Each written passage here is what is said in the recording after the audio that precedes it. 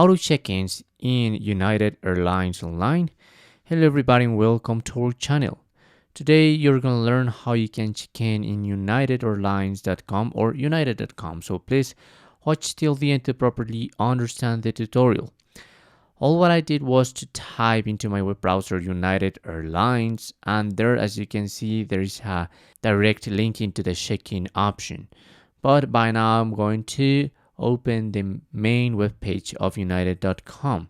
Now, if you are into this page, you're gonna find different tabs here in the top part of this square, and you must select check in. So in order to check in, you must type your confirmation or ticket number and also the last name.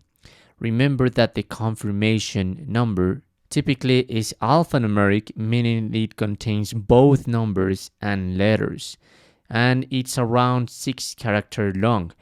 In the other hand, the ticket number is around 30 digits, so these are different numbers, okay? Also, just be really sure that the last name is correct, but anyways, if your confirmation number is right but your last name isn't, so this is not going to continue. Once you have done that, you can click on search to continue with the process. Also, you can check in with your mileage plus number, and if you click there, this is going to redirect you into this part to get your mileage plus number and your password. This is like a kind of account, okay?